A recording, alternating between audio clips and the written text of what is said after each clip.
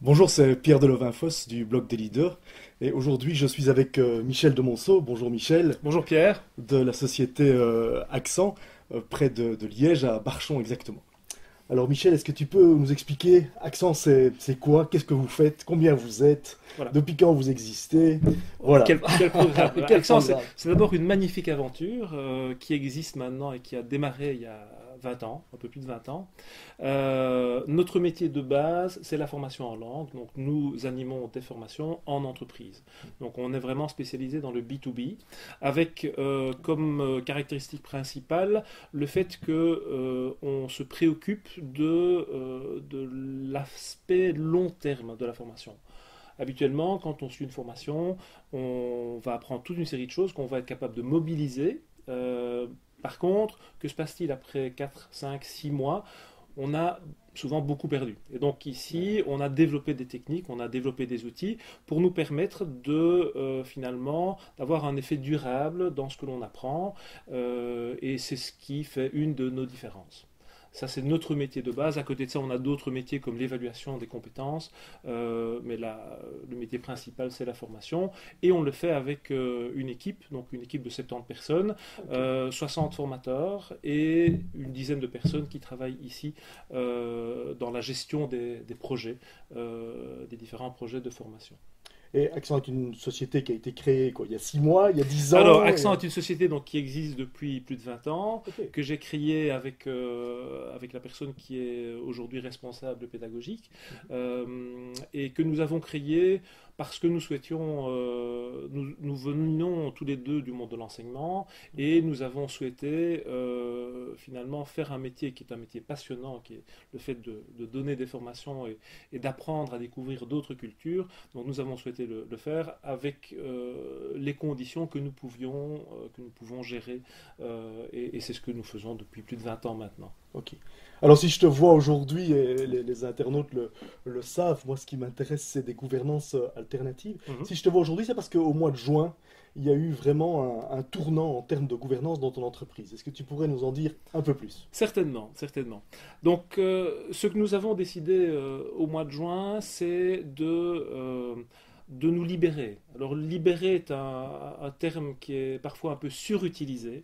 Ce que on a souhaité faire, c'est finalement redonner à l'ensemble des collaborateurs, donc des formateurs et des gestionnaires de projets, la possibilité d'influencer sur tous les éléments de l'entreprise. Le premier pas que l'on a fait dans le cadre de cette libération a été l'organisation d'un hackathon.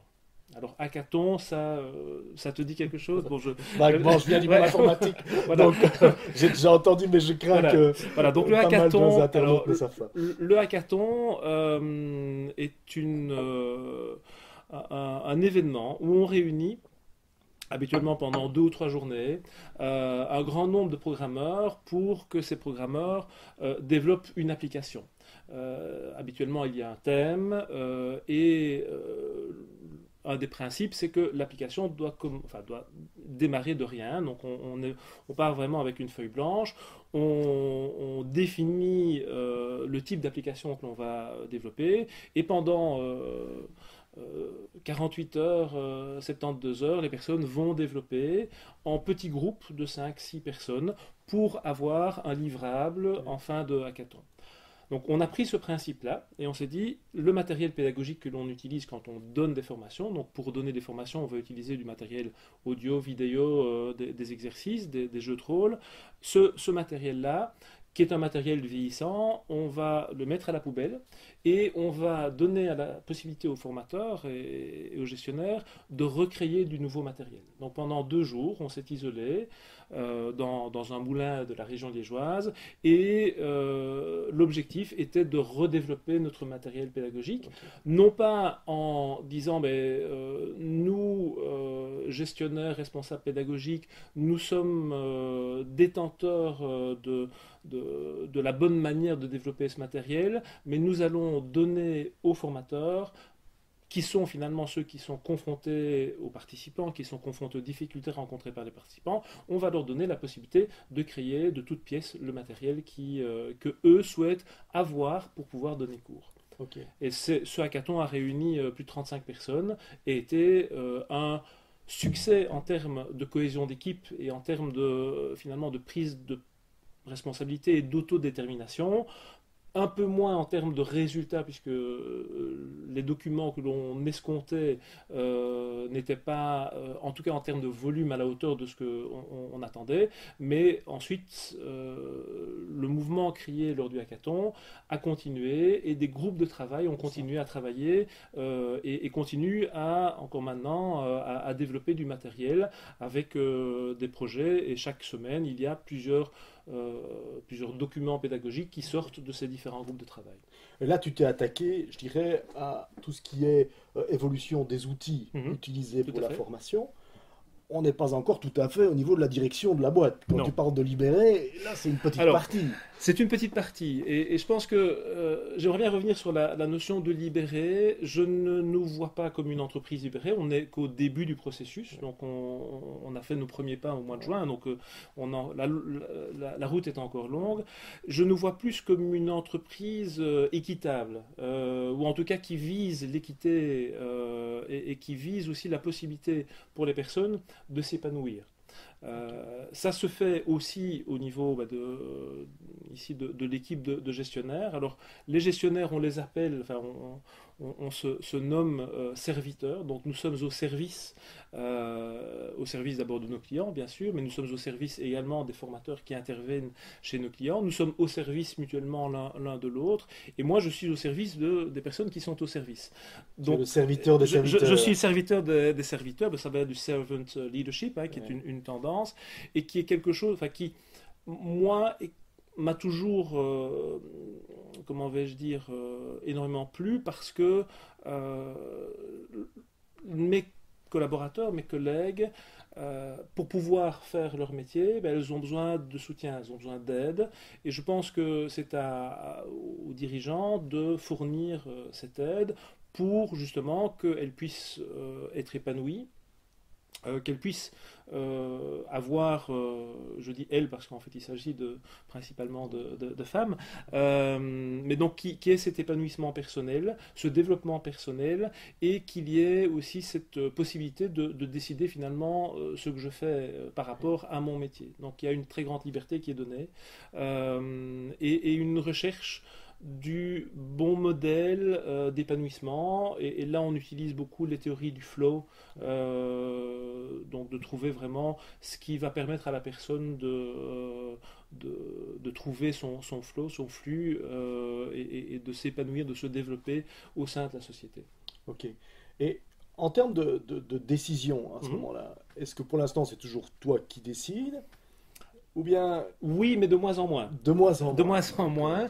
Donc je vais prendre un exemple concret. Ici, on est en train de redévelopper notre ERP, donc notre système de gestion de base de données, de gestion d'informations au sein de l'entreprise. Et ce n'est pas moi qui utilise au jour le jour le plus cet ERP. Et donc, toute une série de réunions ont eu lieu entre les personnes, les serviteurs ou les serviteuses, collaborateurs qui utilisent l'ERP au quotidien, avec une société de développement.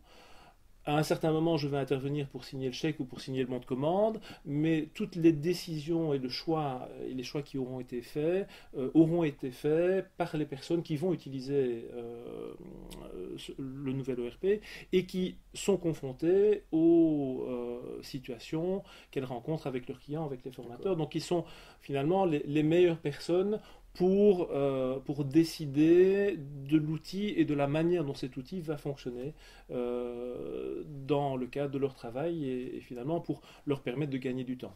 D'accord. Et tu as mis un cadre pour cet exercice-là? Tu dis, bon, moi je ne vais plus suivre ça de près, je serai là pour signer le chèque, mais s'il t'amène un chèque avec un peu trop de zéro derrière... Alors, c'est une excellente question. Il y a un cadre, mais qui est un cadre relativement flexible. Donc, on n'est pas à 10 000 euros près. Et donc, à partir du moment où le RP répond aux attentes des personnes qui vont l'utiliser, on peut aussi décider de le phaser sur plusieurs années et d'avoir un investissement qui va être un investissement qui pour nous va être rentable parce que ça va leur permettre de gagner du temps. Donc le calcul est vite fait et s'il faut rajouter, alors je dis pas un zéro, mais s'il faut rajouter quelques milliers d'euros, là il n'y a aucun souci. Il y a pas de problème. Donc c'est une vraie liberté. Tout à fait. Une vraie liberté. Ouais. Qu'est-ce que tu vas faire s'ils décident quelque chose avec lequel tu te dis, c'est pas ce que j'aurais décidé moi-même? Alors ça fait partie d'un travail que je fais sur moi et que je pense tout dirigeant qui est dans cette démarche doit faire, c'est accepter de lâcher prise.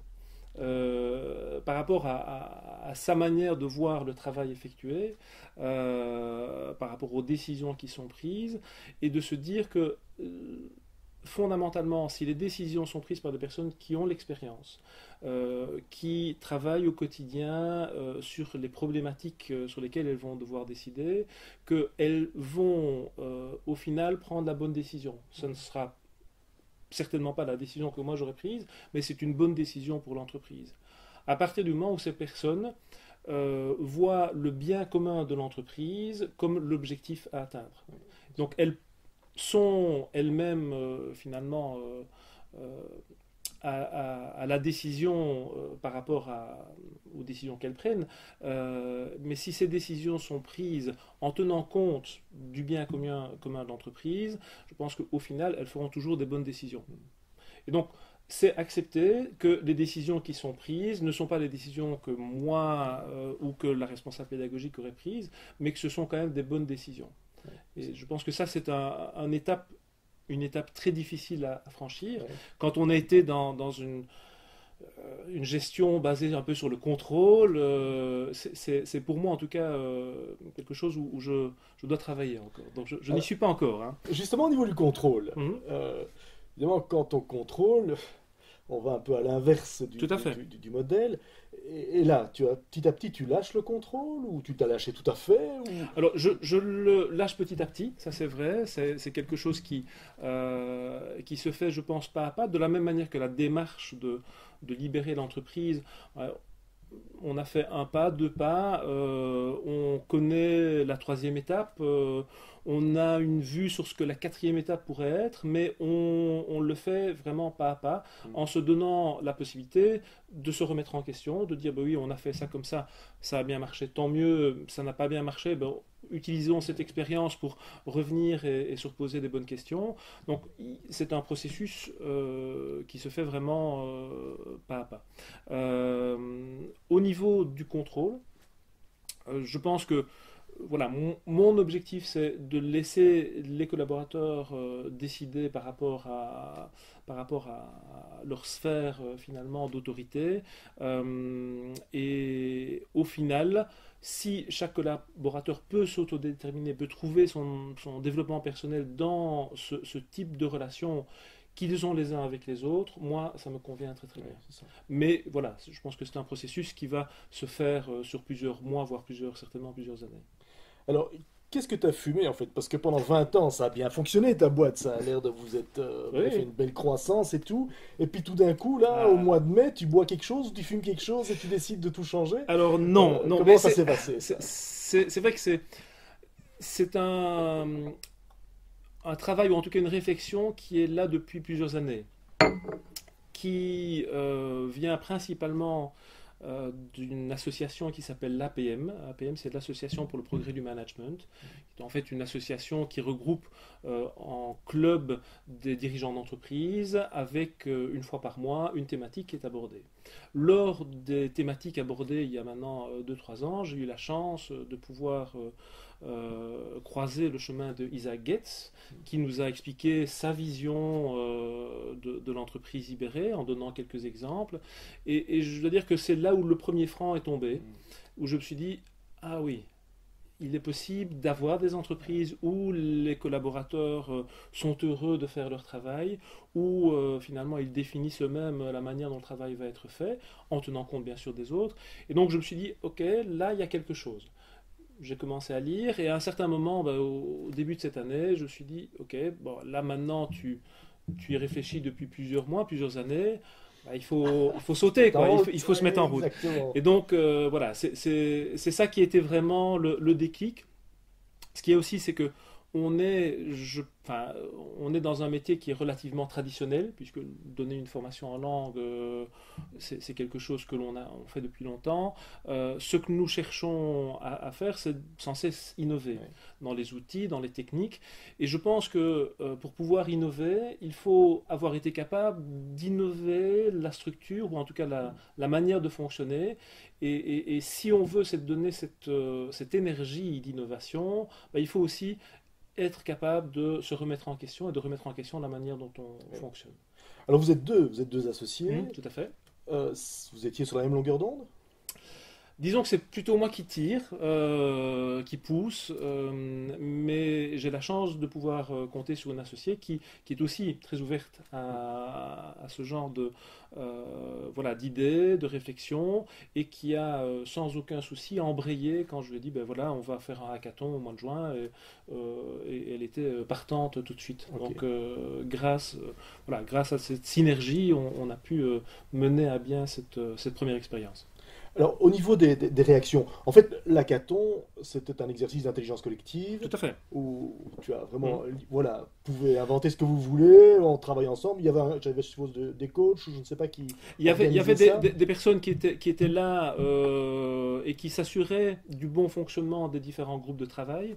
Et ce que l'on a remarqué, c'est qu'à un certain moment, il a quand même été nécessaire de recadrer un petit peu, ou en tout cas de demander aux groupes de formateurs de définir un cadre. Donc je pense que dans le travail ici en groupe ou en grappe, il est important que les formateurs aient une autorité sur leur expertise, sur eux-mêmes, et puis définissent ensemble le cadre dans lequel ils vont travailler et fassent émerger un peu les règles de ce cadre, les règles dans ce cas-ci de qu'est-ce qu'on va mettre comme type d'exercice, comme type d'activité.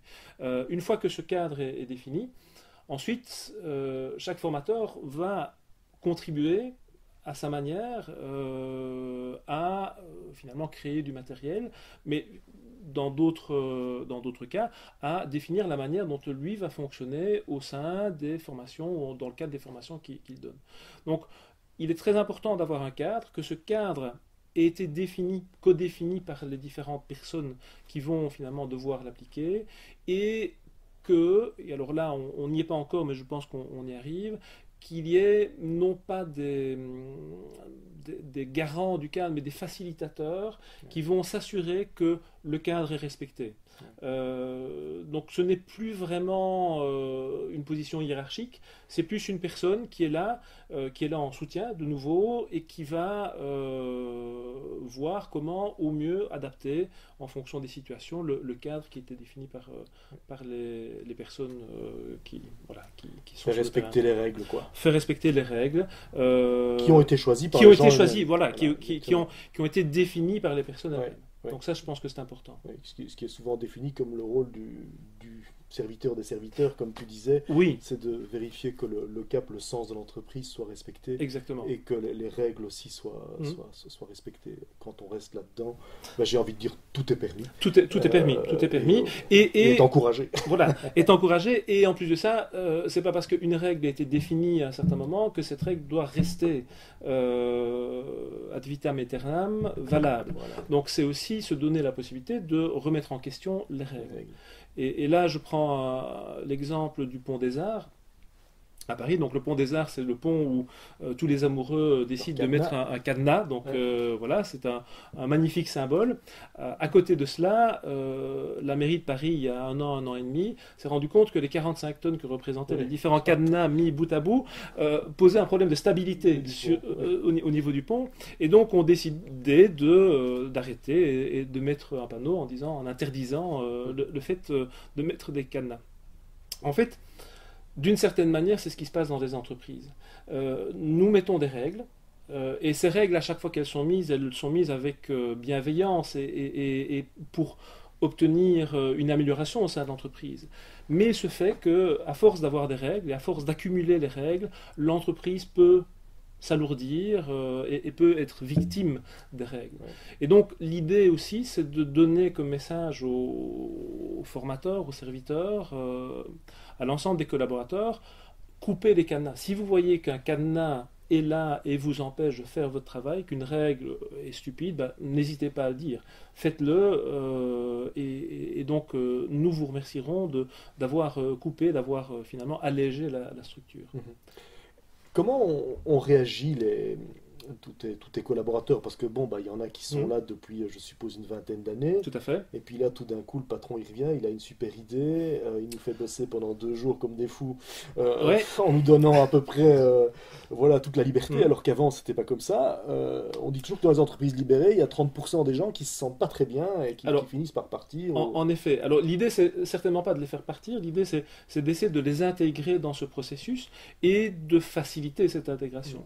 Donc, il est sûr et certain que dans les groupes de travail qui se sont créés, il y a des personnes qui ont tout de suite embrayé, voilà, qui ont pris cette possibilité et qui l'ont utilisée vraiment à bon escient. D'autres personnes, un peu plus réfractaires, parce que ayant une habitude de travailler seul ou relativement seul, ont eu beaucoup plus de difficultés à rentrer dans le mode et dans le moule. Et donc là, c'est vraiment un point d'attention pour nous, c'est de faire en sorte que ces personnes qui ont de la valeur et énormément de valeur pour Accent, de la même manière que les autres personnes en ont, c'est de ne pas les lâcher au bord de la route et c'est de tout faire pour les intégrer, pour faciliter cette intégration dans cette nouvelle manière de fonctionner. Oui, oui. Donc ça, c'est pour moi important de ne pas faire des victimes sur le dos de la libération de l'entreprise. Moi, un truc que je trouve assez essentiel, c'est toute la question du sens de l'entreprise. Est-ce que vous avez également fait un travail là-dessus? Ou bien est-ce que c'est encore à venir Alors, le travail, il a été fait par le passé, mais il doit être renouvelé. Donc, il y a un travail sur le sens, voilà, ce que nous voulons donner comme sens. Et je pense que ce travail de sens qui était fait dans un cadre hiérarchique Ouais. doit être refait d'ici quelques mois, alors que des nouvelles habitudes auront été prises. Et donc là, je pense que c'est important. Il est peut-être un peu trop tôt aujourd'hui de le faire par rapport au chemin qu'on a déjà parcouru et surtout qu'il nous reste à parcourir, mais il est pour moi important de refaire ce travail de sens et de s'assurer qu'il y a bien un alignement entre toutes les personnes de l'entreprise par rapport au sens que l'on veut donner Ouais. au travail que l'on fait. Exactement. Alors, au niveau de ton boulot personnellement, Mhm. qu'est-ce que ça a changé? Ok. Au niveau de mon travail, ce qui a changé, c'est de permettre aux collaborateurs de se prendre en main. Et donc de faciliter cette prise en main, cette libération en évitant d'intervenir là où avant j'intervenais. Donc de vraiment les laisser faire et de leur dire qu'ils ont de toute façon la bonne réponse ou une bonne réponse. Que la bonne réponse ne se trouve plus chez moi, elle se trouve chez eux.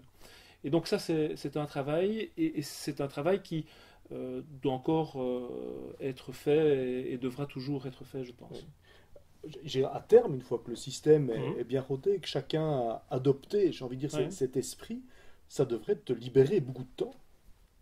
Oui, c'est vrai, ça serait un des avantages collatéraux, mais je pense, moi je suis dans cette dynamique d'innovation et je pense que ça me donnera peut-être plus de temps pour avoir de nouvelles idées Ouais. et pour les insuffler et les faire vivre voilà, au sein des différents groupes, voir si ces idées sont acceptées par les collaborateurs, mais en tout cas être toujours actif au niveau de l'évaluation de notre environnement de travail et de voir comment nous, par rapport aux nouvelles technologies, pouvons continuer à innover. Est-ce que tu as mis en place déjà un espèce de système de mesure qui permet de voir que l'athlète, qui est ta société, se porte bien, que les gens se sentent bien avec ça, ou je ne sais pas. Alors, il y a un système de mesure qui a été mis en place et qui est une mesure de ce qui va et ce qui ne va pas. Donc, on a des réunions, et dans les réunions, la première question, c'est qu'est-ce qui va? Réfléchissez à ce qui va, parce que ça fait quand même du bien de se dire, oui, voilà tous les éléments qui font qu'on peut être fier de travailler pour Accent. Et à côté de ça, mais qu'est-ce qui ne va pas? Donc, quels sont les cadenas que l'on doit couper ou que l'on pourrait couper? Et donc, ce système de mesure qu'on a démarré est déjà un premier élément qui permet d'être attentif à ces dysfonctionnements. Enfin, ce ne sont pas des dysfonctionnements, mais en tout cas, ces éléments qui pourraient être améliorés. À côté de ça, l'objectif, c'est de mettre en place une mesure du bonheur au sein de la société. Ça, c'est pour la fin de l'année. Essayer de trouver une manière d'évaluer le bonheur que les personnes ont quand elles travaillent pour Accent. Et là, tu vas voir à la fois les serviteurs, ton équipe de 12, et également l'ensemble des formateurs. Les formateurs, dont pas mal sont indépendants et ont probablement plusieurs clients. Oui, alors ils ont plusieurs clients. Donc on a deux types de formateurs. On a des formateurs qui ont un autre métier à côté, qui sont par exemple traducteurs. Et on a des formateurs qui travaillent pour Accent, mais pas uniquement pour Accent. C'est vrai qu'une formatrice de chinois ou de japonais, la demande étant relativement faible, elle est obligée, ou elle travaille avec d'autres. Donc là, c'est de voir un petit peu, notamment par rapport à ces formateurs qui travaillent avec plusieurs clients, comment eux vont percevoir leur bonheur de manière relative, et voir si finalement nous sommes sur la bonne voie, ou bien si nous devons aussi nous remettre en question. Remettre en question, tout à fait. Qu'est-ce qu'il y a eu de difficile pour toi dans ce chemin-là, ou jusqu'à présent Alors, la plus grande difficulté, je pense, c'est d'abord de dire on y va. À un certain moment, on est sur le tremplin de 3 mètres et on plonge ou on ne plonge pas. Donc ça c'était une grande difficulté. Comme je l'ai dit, d'accepter de lâcher prise, donc de vraiment accepter que des choses soient faites pas nécessairement comme on souhaiterait qu'elles le soient. Et je pense d'être vigilant aux signaux faibles qu'il pourrait y avoir au sein de l'équipe, et de faire en sorte que, notamment on parlait des personnes qui ne vont pas nécessairement et naturellement aller vers un modèle collaboratif, c'est d'être sûr que ces personnes-là restent quand même partie prenante dans le projet Accent. Oui, c'est ça, de leur donner vraiment toutes les chances de rejoindre ce bateau-là. De rejoindre ce bateau et de pouvoir évoluer à l'intérieur de ce bateau en fonction de ce qu'elles souhaitent faire, évidemment. Donc de ne pas imposer aux personnes des choses. Alors au niveau des résultats, bon, c'est relativement récent, c'est au mois de juin que tu as fait ton truc. Et est-ce que là, tu vois déjà des changements, il y a déjà des dynamiques différentes qui se mettent en place, ou c'est trop tôt? Alors, première remarque préalable à la réponse, c'est que la démarche de libération d'entreprise n'est pas une démarche qui a été faite avec l'ambition d'obtenir de meilleurs résultats. Donc ça, c'est vraiment important de signaler que c'est une intime conviction, et si les résultats suivent, c'est tant mieux, mais ça ne doit pas être l'objectif pour moi de ce mouvement. Alors au niveau des résultats proprement dit, on a des groupes de formateurs qui ont commencé à fonctionner et qui fonctionnent maintenant de manière quasiment indépendante, donc ça c'est bien. Les documents continuent à être développés, on a une liste je pense qu'on a encore pour quelques années de développement de documents, et voilà, des formateurs ont pris naturellement le rôle de facilitateur, de coach des différents groupes. Donc là, il y a une nouvelle dynamique qui a été créée. Et au niveau des résultats financiers, on a une croissance qui est une croissance à 2 chiffres de 15-20% chaque année. On l'aura, je pense, encore cette année. Mais voilà, ce n'est pas l'objectif. L'objectif, c'est vraiment de viser le bien-être, le bonheur des collaborateurs par une autodétermination. Ok. Mais tu n'as vu certainement aucun frein. Donc le fait de mettre ce mécanisme en place, même la mise en place elle-même de ce changement, n'a pas freiné, je dirais, Certainement pas. l'entreprise. Ce qu'on voit dans pas mal d'autres grandes sociétés, c'est que quand elles font du changement, bah, ça paralyse quand même l'engin Oui. pendant pas mal de temps et ça coûte extrêmement cher Mhm. souvent. Ici, ce n'est pas... Bon, Alors, il y a des frais, évidemment. il y a des frais, mais l'idée aussi d'y aller pas à pas, donc de faire vraiment la politique de petits pas, je pense, en tout cas c'est la manière dont je vois les choses, et c'est comme ça que l'on a fonctionné jusqu'à présent, est une bonne manière, parce que finalement c'est un peu... en programmation, il y a le principe de programmation agile. Ouais, On développe quelque chose, on voit si ce ça que ça marche, donne. on voit ce que ça donne, on peut faire un pas en arrière et repartir dans une autre direction. Et en fait, c'est comme ça qu'on a voulu se lancer dans cette aventure. Et donc, je pense que c'est un processus relativement souple qui n'est pas confrontant par rapport aux personnes. Et en tout cas, ça fonctionne Ça jusqu'à fonctionne, présent très très bien. tu es heureux de ça.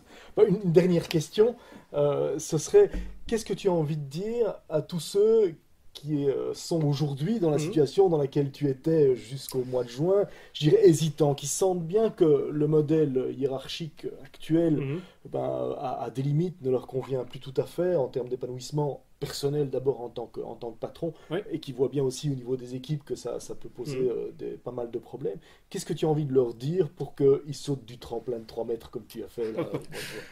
Euh, alors la première chose, je pense que c'est de faire ça par conviction intime. De ne pas se dire que ah oui, entreprise libérée, c'est un mot à la mode, c'est très tendance, donc je vais surfer sur cette vague d'entreprises libérées et je vais libérer mon entreprise. Je pense qu'il faut vraiment, au fond de soi-même, être intimement convaincu des bienfaits que ce genre de changement au niveau du management peut apporter pour l'ensemble des collaborateurs. Ça, c'est pour moi une des règles de base. Euh, ne, Aussi ne pas le faire en se disant que ça va aider à mieux vendre. Donc c'est pas un argument commercial et nous on ne le sortira jamais comme argument commercial. Ensuite, accepter de lâcher prise. Et ça, c'est peut-être pour certains Difficile. patrons plus difficile, mais bon, ça veut dire aussi peut-être faire un travail sur soi et accepter d'aller vers l'inconnu, parce que c'est un grand saut vers l'inconnu. Et j'espère pouvoir dans 2 ans, dans 3 ans, dire bah ok, on a réussi notre processus de libération et c'est pas parce qu'on l'a réussi qu'il s'achève. Non, je pense que c'est quelque chose qui va être finalement, c'est un mode de fonctionnement qui va continuer et qui va perdurer. Mais voilà, je pense que c'est bah, oser y aller, oser prendre des risques. Mais à partir du moment où ces risques sont pris pour le bien-être des collaborateurs et par effet ricochet pour le bien-être du responsable d'entreprise, je pense qu'on fait la bonne décision. Ouais, c'est ça. Michel, merci beaucoup. Je crois Pierre, qu'il y avec aura plaisir, encore énormément de choses à dire. On se reverra, à mon avis, dans 6 mois ou un an très pour volontiers. voir un peu comment tu as évolué. Je crois que ça intéressera beaucoup les internautes. Alors, je vous souhaite une excellente journée. C'était Pierre Delevinfosse pour le blog des leaders. À bientôt.